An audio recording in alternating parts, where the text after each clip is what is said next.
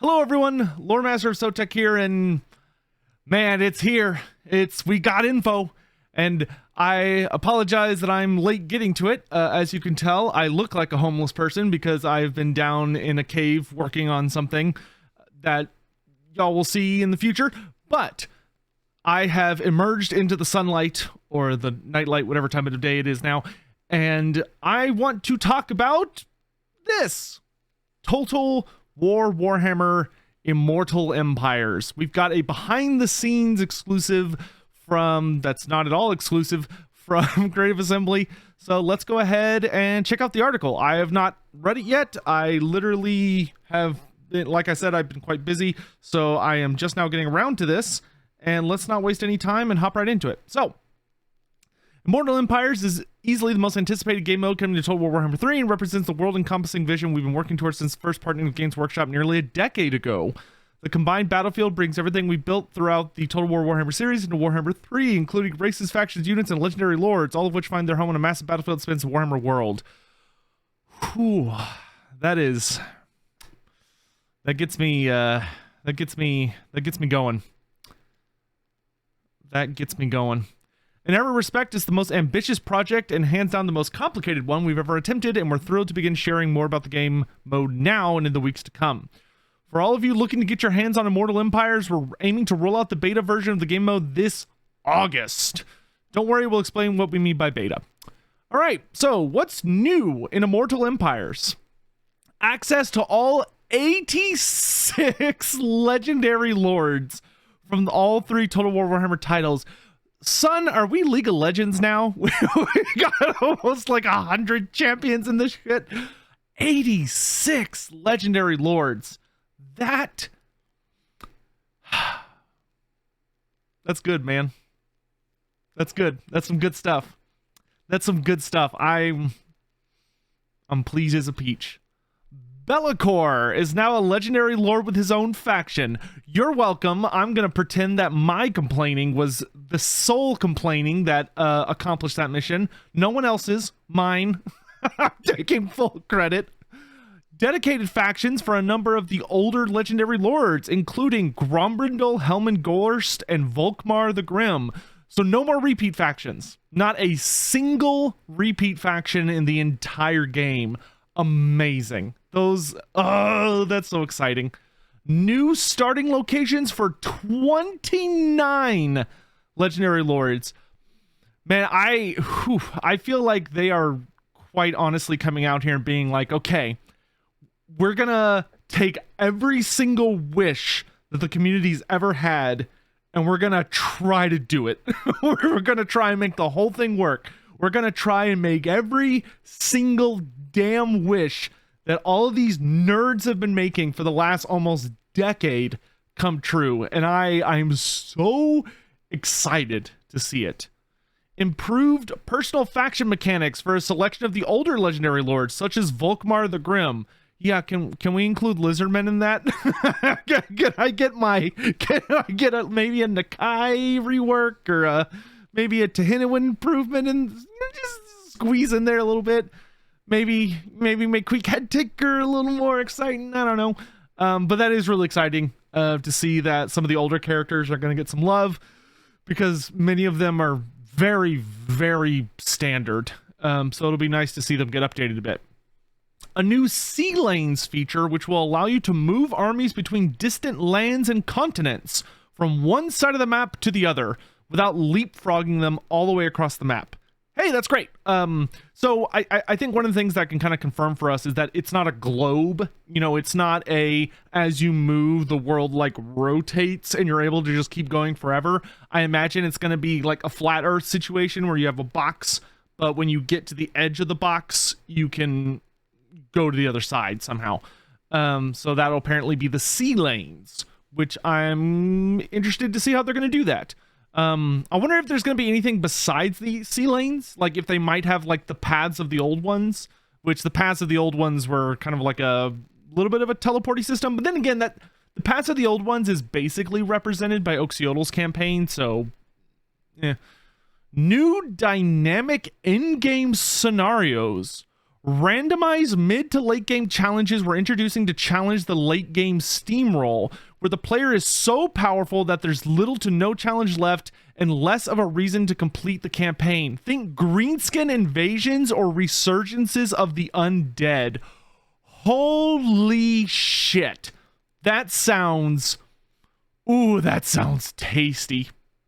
That sounds real tasty. That sounds really, really good. Oh, I hope those are big. I hope they're kind of storyish. Like, not in the sense that, like, there's a quest, but in the sense that, like, there's, like, a nice little pop-up, or I doubt we'll get, like, a video like we would when Chaos would show up in Warhammer 1 and 2. But even if it was just a little pop-up, I hope it's kind of got, like, a pseudo-unique image and they have a little story thread. But, like... Dude, if they like have like Ragnarok, which Ragnarok is basically like the Wa to end all Was, it's like an end times Wa. That would be a super cool event. Resurgences of the undead, so like, you know, Nagash coming back could be really, really cool, or something that's kind of like Nagash coming back, so all the undead unify, or like Cetra unites the Tomb Kings and goes out to actually reclaim all of all that he once controlled in his former kingdom, because when Cetra died in life, his kingdom stretched like over the vast majority of the old world. He controlled a ton of territory. Or like, there's so many cool things they could do with that, like the Dark Elves unleashing a big invasion of the world, or, you know, obviously the Warriors of Chaos, the Skaven like burrow up from underneath and go crazy.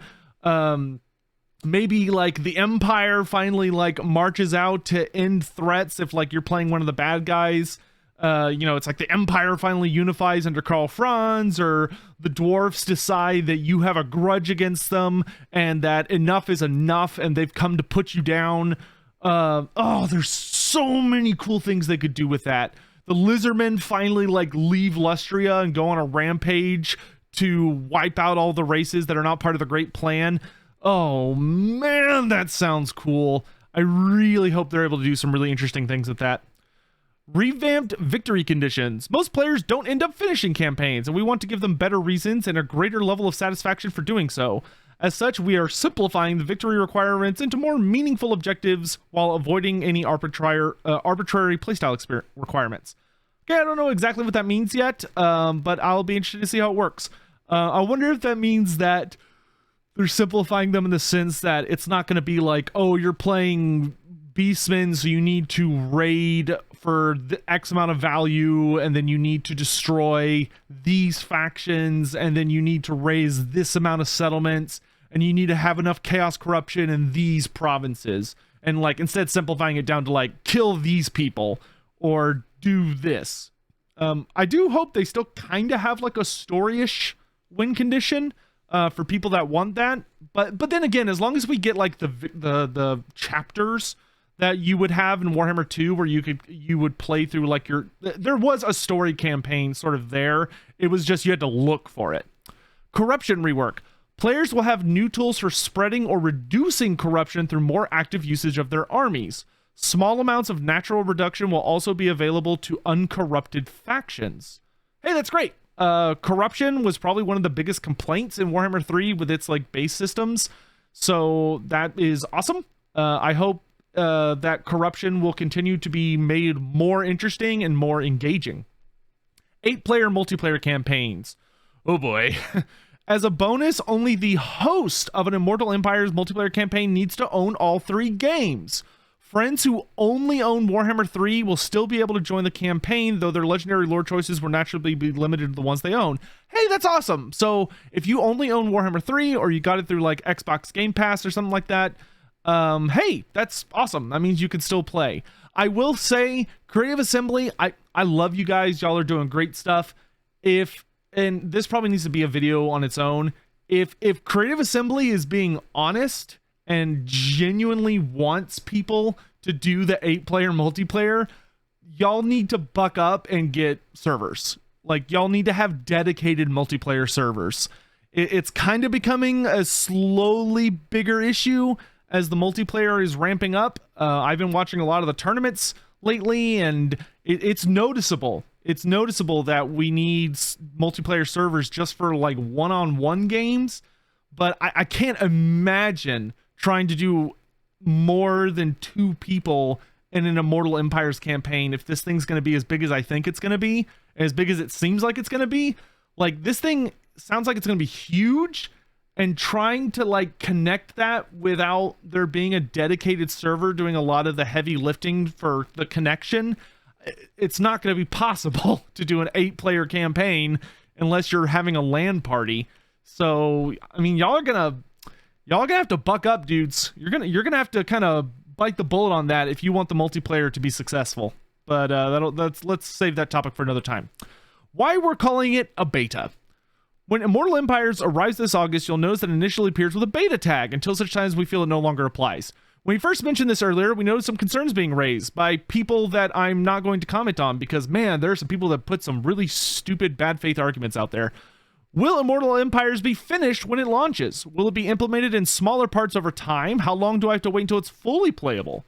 These are all questions that you'll have, so let's tell you what we're doing. To begin, we need to talk a little about how Immortal Empires is built. In order to create the game mode, the development team had to collect and combine the content, features, mechanics, systems, and code from 3 different code bases into a single mega campaign. Now, taking big chunks of content, data, and code from one game, porting them into another is always a challenge. Speaking from experience in this regard, it takes a significant amount of time and tailoring to get all the pieces to play nice with each other and work properly. Even after the technical implementations are done, there's still bugs to find and fix, as well as a significant amount of playtesting to ensure that, as an example, one race isn't ridiculously under or overpowered, or that each race's features and mechanics are working as intended. Norse God. In short, Immortal Empires isn't just a port of content from one game to another, it's a mountain of phenomenally change-sensitive technical work. Here are a few examples of what's being done as we speak. Lighting across battle maps is more advanced in Warhammer 3, so it takes time to get all the older environments reauthored to meet the same current standards. Achieving parity across other details, such as the UI, character models, VFX, audio, and general game balance, will be a gradual process that continues over time. Corruption is also a biggie. We changed how it works quite fundamentally in Warhammer 3, and we're doing even more to improve it in Immortal Empires. It's a game system that touches every playable race, regarding how they exploit, react to, or suffer from corruption, so it's a system that will continue to evolve until it settles in a good place.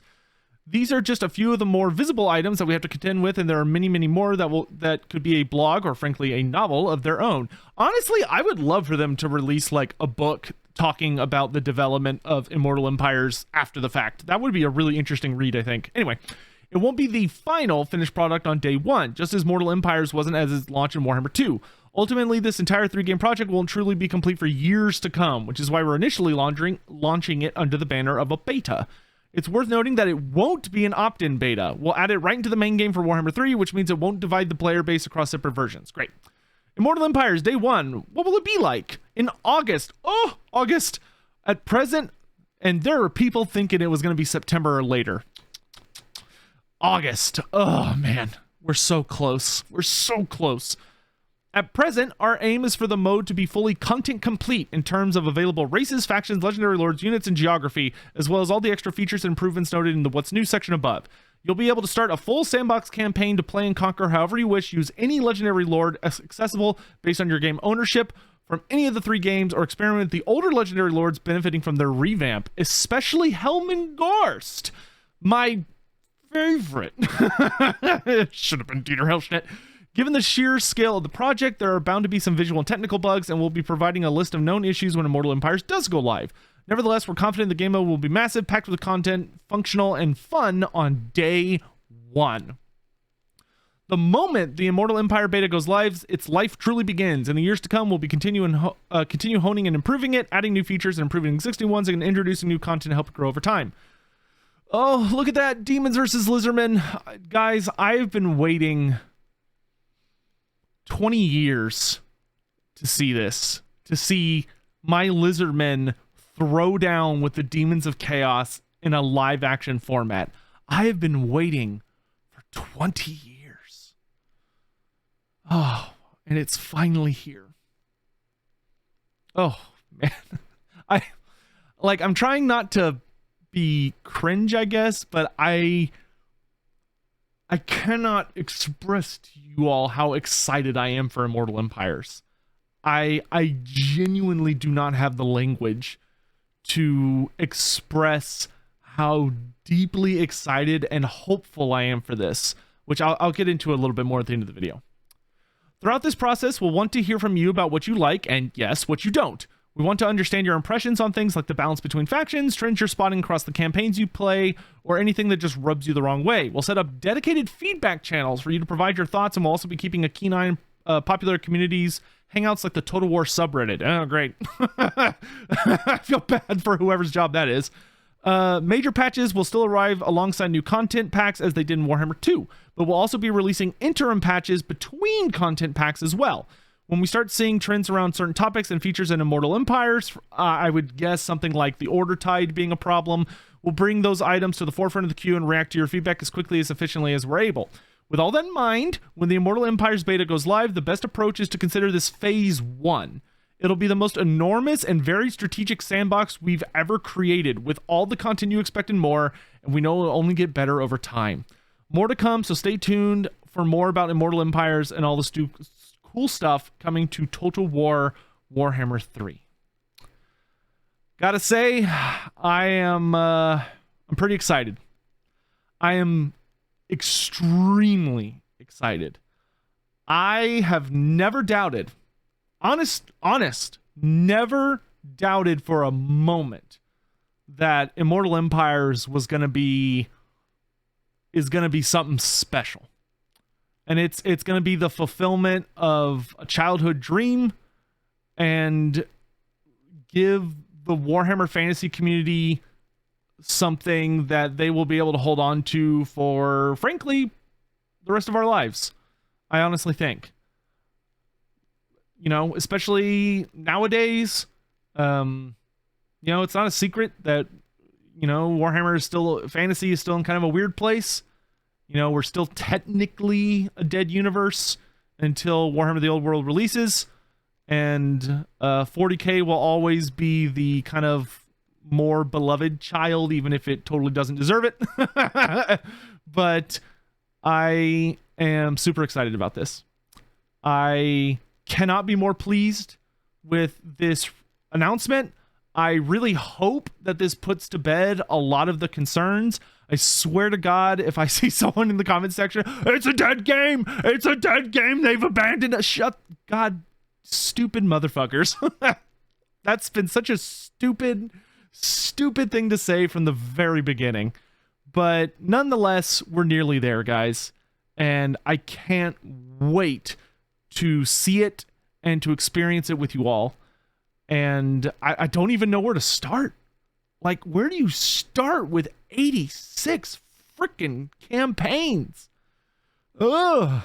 It's intense. Like, I know I want to play Lizardman first, but at the same time, do I want to play Krokgar first? Do I want to play Mazda Mundi first? What if they fix Teheniwan Nakai? Do I want to play them first? What if they make Oxiodol's campaign more difficult? Do I want to play him first? Or do I want to play Gorok? I mean, I'm going to be able to play Oxiodol and download my character, the character that's based on me and Chloe, and save that character and import him into every single other Lizardman campaign. So I can take my Troglodon guy, my self-insert, into my other campaigns. Like, I'm so excited. We truly live in a special time. I know the wait has been hard. I know for a lot of us, the wait has been really, really hard. And the release of Warhammer 3 was not what we hoped for. There were some of us, like myself, that were, you know, honestly fine with it and enjoyed it. But a lot of people wanted it to be Warhammer. A lot of people wanted it to be Warhammer 2 Deluxe. And instead they made a new experience. And unfortunately that didn't quite stick the landing. But now the magnum opus is within sight. We are coming up to the part of the orchestral performance where the heavy brass is about to come in and shit's gonna get real. And I am so deeply excited. I would love to hear what y'all are thinking down in the comment section below. If you were someone that was worried about Warhammer 3, does this make you feel better? Do you still have serious concerns? Do you think that it's not going to work out? Do you think, like, let me know if you have a worry or a fear. I would love to hear about it. Maybe I can talk to somebody and get them to put out an article to address some concerns. I doubt it, but I could try. But And if you're excited, what are you excited for? What are you most excited about? I gotta be honest, I'm really hoping, I'm really interested to see what they're gonna do with Be'lakor.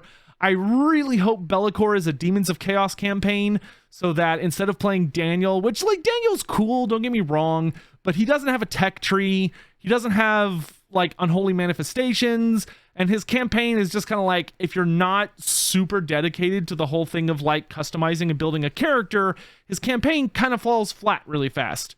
And, like, I enjoyed his campaign quite a bit, but I would love to see his campaign with the usual bells and whistles. And hopefully Be'lakor will be that. So I'm so glad they listened to the community and are giving us Be'lakor. The last thing I want is any more Toddbringers or Red Dukes situations where we have characters that the community wants and they're just, like, teasing us with them. Hopefully we will get Toddbringer and the Red Duke at some point. I don't think we should ask for that now because they've already got a just stupid amount on their plate at the moment. But I am very excited. Personally, I feel extremely confident that this is going to go wonderfully and it's going to be fantastic. I'm sure the multiplayer community is practically bouncing off the walls they're going to have like 20 factions to play with in multiplayer games. Not to mention all the new maps and everything they're going to be getting. And for all of us single player people, like, this is a fever dream come true. I never in my wildest dreams would have thought that we could get a real-time strategy game that also has the entire planet and every single playable race in Warhammer Fantasy, with additional races that were not playable in Warhammer Fantasy, with characters and units that were not playable in Warhammer Fantasy. And truly, we live in a blessed time for Warhammer Fantasy fans. Or at least, you know, in that very specific subset of ignoring all the other garbage going on in the world. But let me know what you think, guys. I hope you're all doing well. I will be back very soon with lots of things. There's something I'm working on that is extremely important to me that unfortunately is just eating a lot of my time. And my sleep schedule is also totally fucked. So I'm trying to kind of fix that. But I will see you all again soon. Thank you for watching and take care of yourselves. Till next time. Bye-bye.